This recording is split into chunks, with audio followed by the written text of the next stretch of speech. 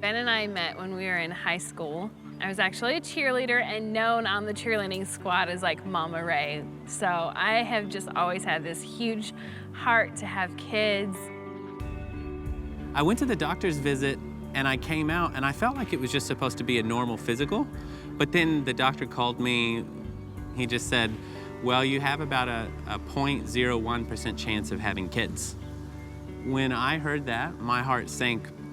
This is the girl that has always wanted to be a mom. And so for me, it was like, this is the one thing that she's really, really wanted, and I can't give her that. And so we went through the journey of me going through a bunch of medication and injections, and to then having these 6 embryos that we were so excited, wow, some made it through. Throughout our whole journey, we've lost a total of nine babies. IVF didn't work, embryo adoption didn't work. I just had this closure. Like, I've tried all avenues, and God just said, just leave it up to me. Then people around us started talking about adoption. And that's when we talked and we were like, you know what, let's adopt, but maybe we don't adopt a baby. Maybe they're 2 or 3 or 4 or whatever. So we go through all the paperwork. And then we got a call a few weeks later, and they said, hey, so we have a baby. The mom is 6 centimeters dilated. And she's like, so do you want to say yes? And I was like, well, could we have maybe, I don't know, 3 hours to think about it? She said, well, you got about 30 minutes, and then we have to find another family. So basically, if you guys are interested and say yes, this could be your baby. Oh my gosh.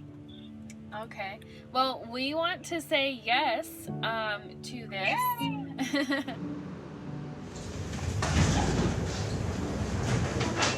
First floor. We go up the elevator and we walk into the room, and I lost it.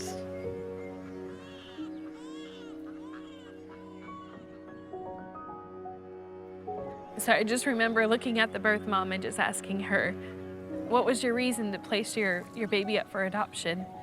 And she said, well, when I got pregnant, I was gonna abort my baby. But then I realized I could make a family happy if I keep it. And I just thought, wow, what a selfless decision to decide to make. So Ava is now 2 years old. We have come back to New Zealand after adopting her from the States.